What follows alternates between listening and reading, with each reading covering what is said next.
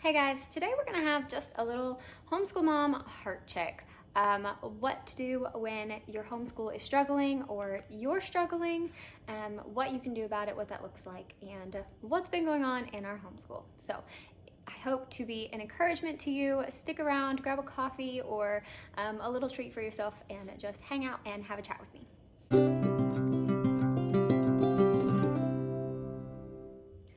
So lately in our homeschool, we have been struggling. Homeschool is not always easy. It's not always perfect. It doesn't always look like those perfect pictures on Instagram or the perfect day in the life on YouTube.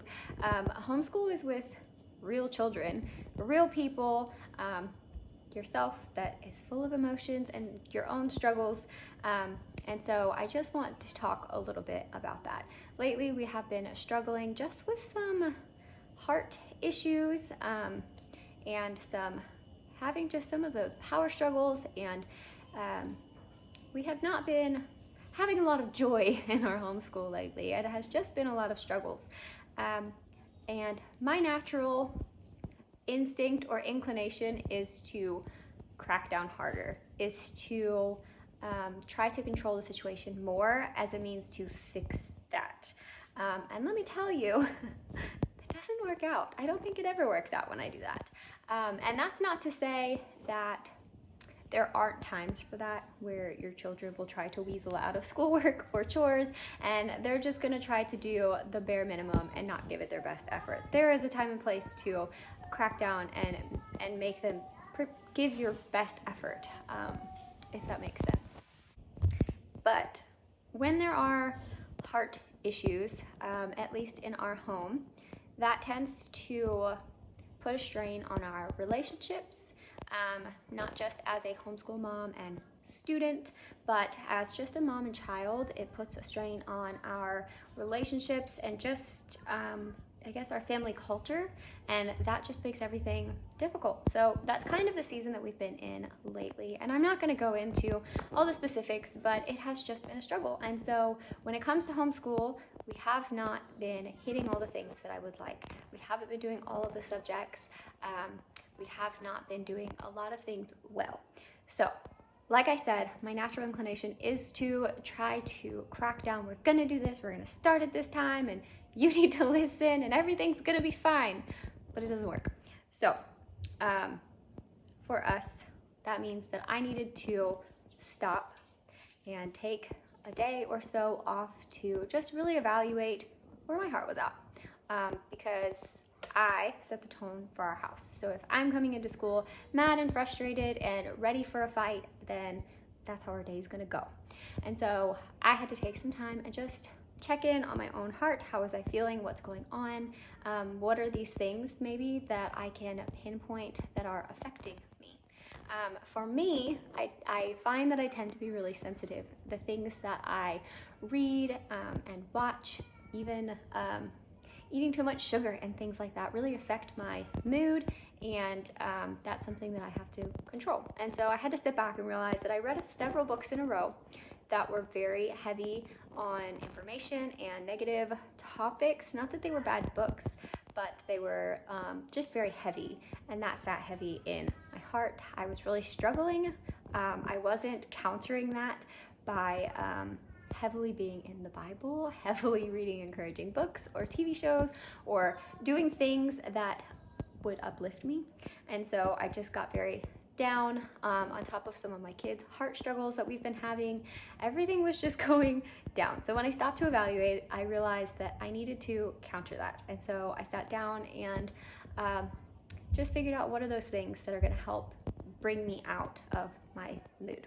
And so I came up with things like going back to habit tracking, and that the way that I like to habit track is not I need to do everything a specific way, a certain amount of times, or whatever. I don't have a goal other than I want to do this, and I'm gonna mark how many times I do it and pay attention to how that affects me. So that would look like I want to read more, and so I would mark whenever I would read for myself, not as a read aloud for my kids, and see how that affected me. If I read once a week, it didn't really do anything for me. If I read a few times a week, I felt my mood improving.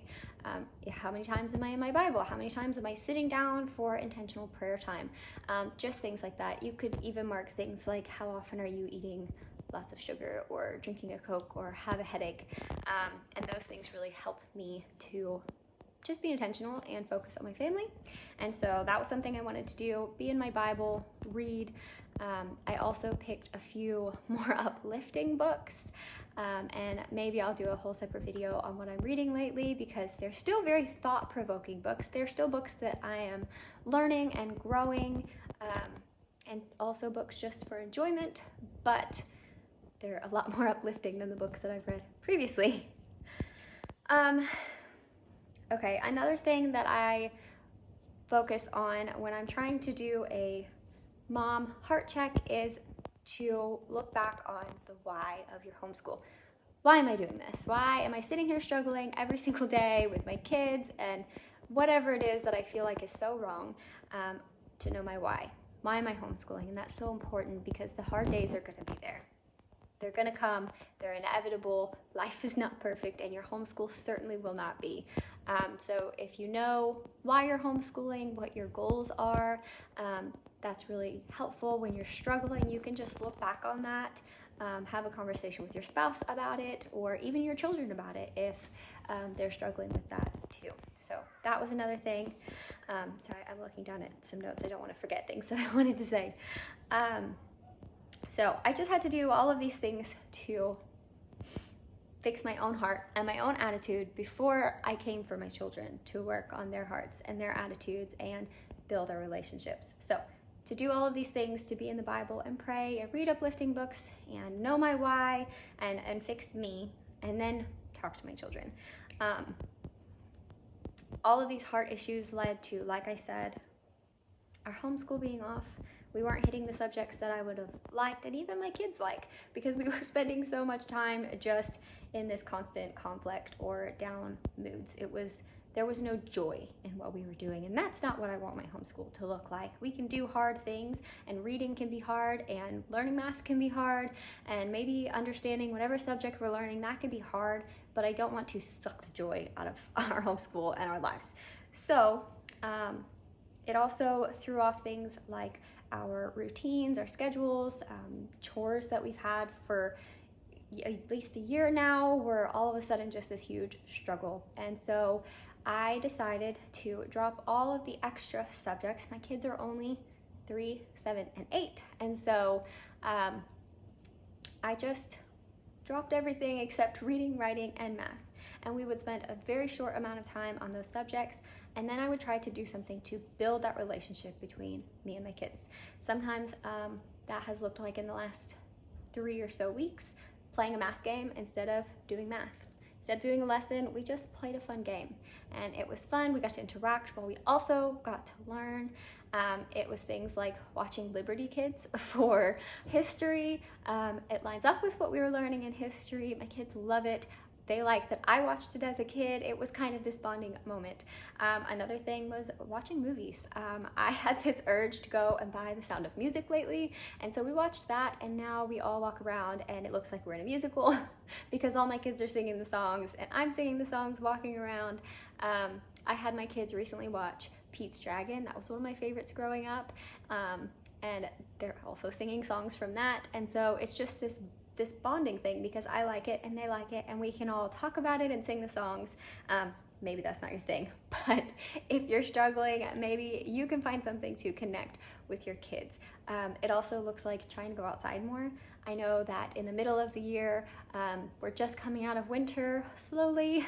A lot of people still have snow, but spring is coming, guys. And so as the days have warmed up, we've been going outside, and I know that during winter that can be so frustrating. You're stuck inside, your kids are bouncing off of the walls, and everybody can start to lose their mind. So I know that some of our heart issues could come from that, just that midwinter slump, funk, whatever you want to call it. But we've had a few nice days, and just make myself go outside, watch the kids swing or jump or run around or ride their dirt bikes, whatever it is they want to do, just watching them for a minute. My little girl, we have been working on potty training lately, which is a lot of fun. And so I sent her outside with her pull-up to go throw it away, and she did not come in like she should have.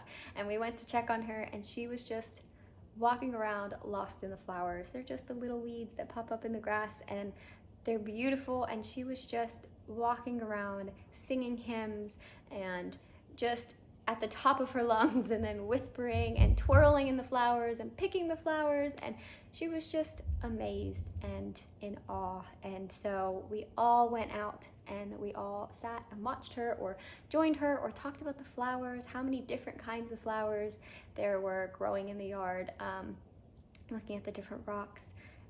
So doing things like that, just intentionally going outside and being still, enjoying nature, getting fresh air, and being together. Those are some things that we've been focusing on instead of things like our science curriculum or our history curriculum or artist composer, all of those things that we've really been enjoying. And honestly, I think we all miss doing those, but we are still in the process of fixing those relationships and coming back together and working on the basics. So this is just a rambling of all the things that have been going on and what I have been doing to check my own heart and connect with my kids and fix some of those relationships and bonds that were really struggling.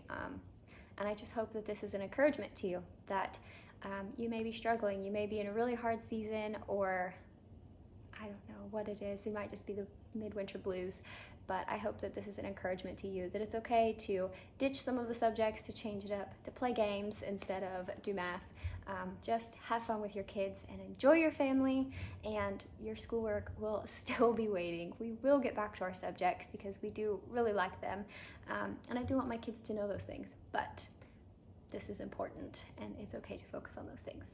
So, like I said, I hope this was just encouraging. Let me know down below how your school is going, if you guys fall into that midwinter funk, or what you're looking forward to as spring comes. I'd just love to know how you guys are doing after listening to my rambling chit chat. If you made it this far, thank you for watching. I have tons of other videos. If you would like to check them out, I will leave some here on this screen for you to check out, and I will see you in the next one. Bye guys.